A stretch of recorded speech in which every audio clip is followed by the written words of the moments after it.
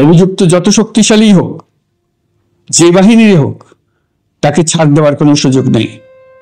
কেবল দেশে নয়, গুম, খুন ও জুলাই আগস্ট গণহত্যার সাথে জড়িতদের আমরা আন্তর্জাতিক আদালতেও বিচারের উদ্যোগ নিয়েছি। ইন্টারন্যাশনাল ক্রিমিনাল কোর্টের প্রধান কৌশলী করিম খানের সঙ্গে আমার এই ব্যাপারে ইতিমধ্যে কথা হয়েছে। আইন শৃঙ্খলা রক্ষাকারী বাহিনীগুলোর কোনো সদস্য কিংবা অন্য কেউ যাতে হত্যা, গুম সহ এই ধরনের কোনো অপরাধে জড়িয়ে পড়তে না পারে, এই জন্য আমরা গুম বিরোধী আন্তর্জাতিক সনদে স্বাক্ষর করেছি। আপনারা দেখেছেন, জাতিসংঘের আন্তর্জাতিক মানবাধিকার বিষয়ক হাই কমিশনার ফলকার তুর্ক সম্প্রতি বাংলাদেশ সফর করেছেন। জাতিসংঘ জুলাই আগস্ট হত্যাকাণ্ডের তদন্তে কথিত স্বৈরাচার পুলিশকে দলীয় কর্মীর মতো ব্যবহার করেছে। বাধ্য হয়ে তাদের অনেকেই গণহত্যায় অংশ নিয়েছে। খুবই স্বাভাবিক প্রতিক্রিয়া হিসেবে তারা জনরোষের শিকার হয়েছেন।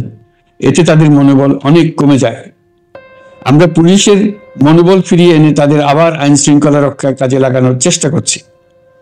এক্ষেত্রে অনেক দৃশ্যমান উন্নতিও হয়েছে।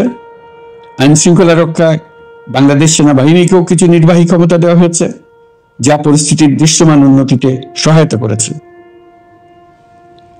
আমি আপনাদের সবাইকে ধন্যবাদ জানাই। কঠিন এই সময়ে আপনারা সবাই অপরিসীম ধৈর্যের পরিচয় দিয়েছেন। ধন্যবাদ জানাই দেশের রাজনৈতিক দলের নেতৃবৃন্দকে। তারা তাদের কর্মীদের শান্ত থাকার আহ্বান জানিয়েছে।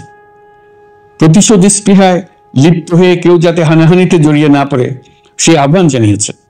আপনাদের সবাই এই আহ্বানে সাড়া দিয়েছেন। ফ্যাসিবাদী শক্তি ভয় দেখিয়েছিল তারা ক্ষমতা ছাড়লে দেশের লাখ লাখ লোক মারা পড়বে। টানা 7 দিন পুলিশ প্রশাসন সম্পূর্ণ নিষ্ক্রিয় থাকার পরও ব্যাপক আকারে সহিংসতা এড়ানো গেছে। আমরা যখন দায়িত্ব গ্রহণ করি, বাংলাদেশ তখন সম্পূর্ণ অরক্ষিত একটা দেশ। এই সময় ধর্মীয় সংখ্যালঘুদের মধ্যে অহেতুক আতঙ্ক ছড়ানোর চেষ্টা করা হয়েছে। কয়েকটি ক্ষেত্রে তারা সহিংসতারও শিকার হয়েছেন। কিন্তু এটা নিয়ে যেসব প্রচারণা হয়েছে তা ছিল সম্পূর্ণ অতিরঞ্জিত। অল্প যে সমস্ত সহিংসতার ঘটনা ঘটেছে তার মূল কারণ ছিল রাজনৈতিক। কিন্তু এইসব ঘটনাকে ধর্মীয় আবরণ দিয়ে বাংলাদেশকে নতুন করে অস্থিতিশীল করে তোলার চেষ্টা করা হয়েছে।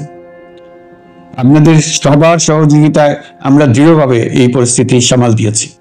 জুলাই আগস্ট বিপ্লবে শহীদ পরিবারের পুনর্বাসন ও আহতদের সর্বোত্তম চিকিৎসা নিশ্চিত করার জন্য সমাজ কল্যাণ মন্ত্রণালয়ের পক্ষ থেকে 5 মিলিয়ন মার্কিন ডলারের একটি বরাদ্দ প্রস্তাব অর্থনৈতিক সম্পর্ক বিভাগের মাধ্যমে বিশ্ব ব্যাংকে পাঠানো হয়েছে।